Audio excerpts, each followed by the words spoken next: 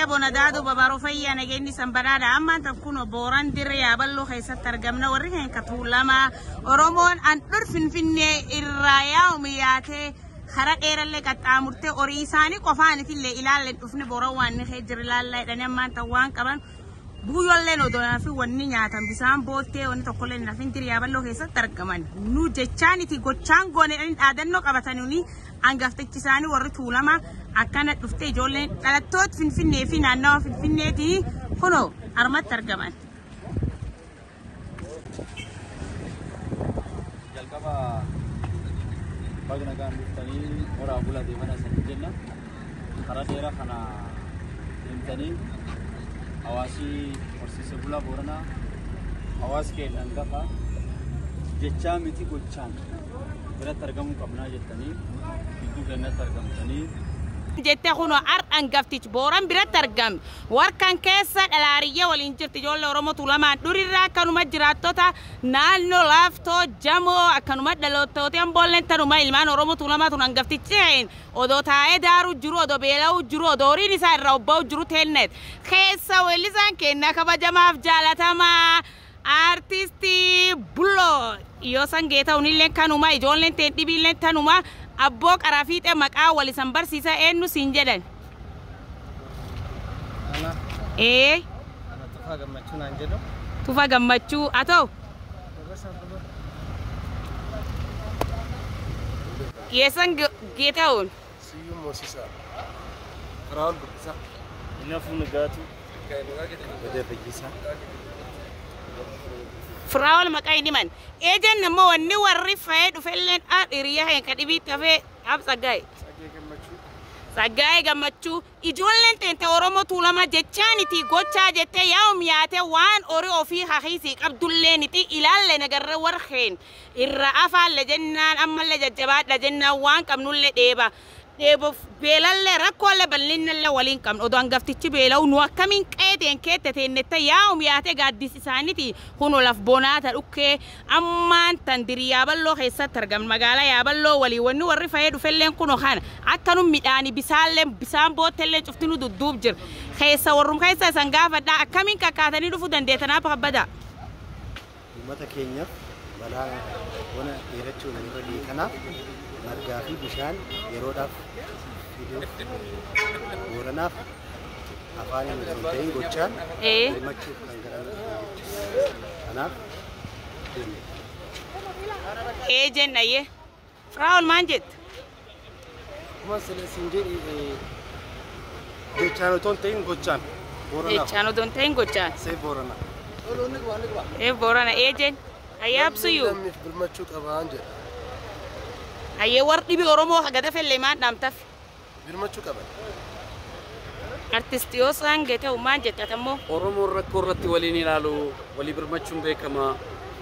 Eenyummaa isaa jiraachisuu keessaa walii birmachuun isaa gaafa rakkoo isa tokko waan ta'eef walii haa birmannu qaamaan illee akka keenya dhufuu dadhabdan yaadaanis ta'u kiisii keessaniinis ta'u Booran quba qabaadhaa.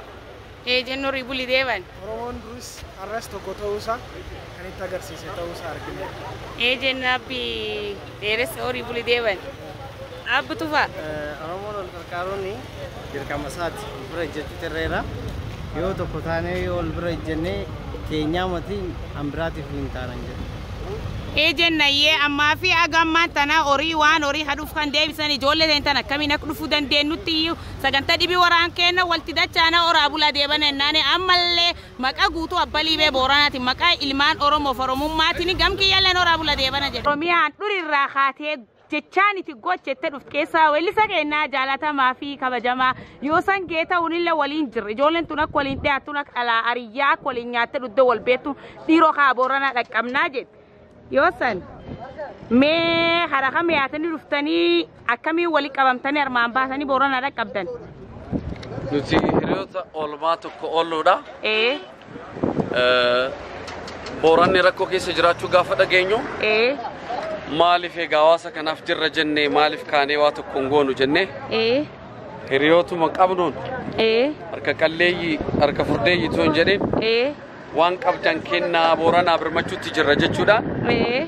waan qabnu namootas jiranis namootas hin jirreerraayis funaannee akka Oromootu lama ijoollee naannoo Jamoo hiriyootatti dhufnee jechuudha. Kaka'umsuma keenyaan dhufne waan inni Oromoof illee dhaamuu qabu dhaamsiin hin qabu koottaa birmadhaa fi yaadaanis waan qabdaniinis geejibaanis maallaqaanis yoo walii birmanne Oromoon akkasittiin Oromummaa ishee ka beekamu balaa uumamarraa dhufee jigiidhaan dhoowwatanii walumaan dhoowwannaa muuxannoo isaa immoo qabna waan ta'eef koottaa yaada jedhuun qaba akka weellisaa Oromoo tokkotti.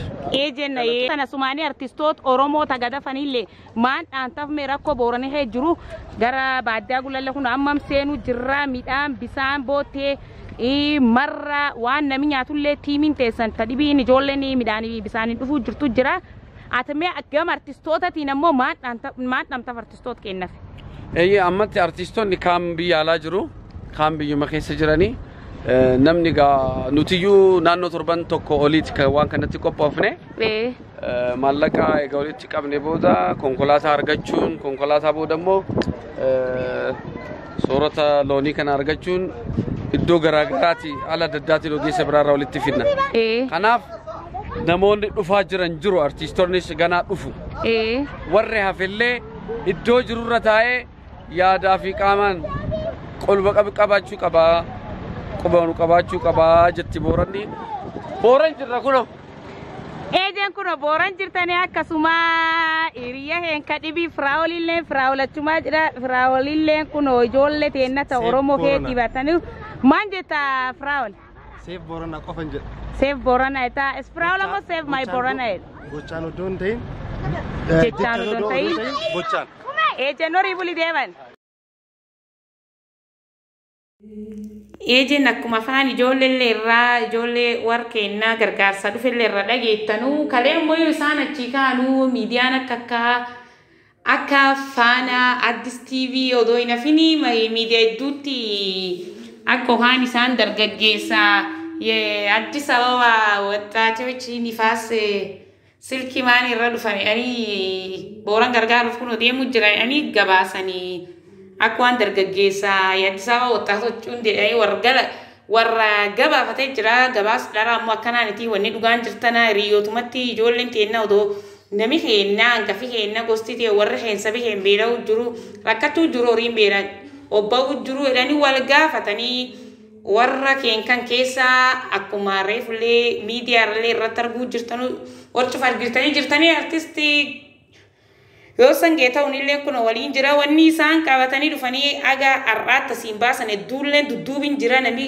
warra aganam soddomi wayiitii ha dudduuba tafee jira garbuuyyoo hidha 4,200 fi akkanumatti bootti bisaanii ak bokkaan roobee Booranaa waaqee roobee bokkaan dhaqqabutti tajaajil kennitu yani bootti bisaanii tokko akkasi gad dhufanii asiin baan jechuudha wanni jiraatana lammiif jechaaniti gochaan dhaadannoo jedhuun jechaan odoon taane akkuma gochaan jedhan mirkaneessanii jiranii kuno Booranatti argaman nama kan akka nahee jirullee ilaalla jedhan annami waan kana oduu tana waan agarree isanitti mujuru lalistu toofiqaasan walid dachaana naga waaqa kees naawula bula bunallee waaqi nurraa kaasin waaqi nu dhaqqabiin roobisaati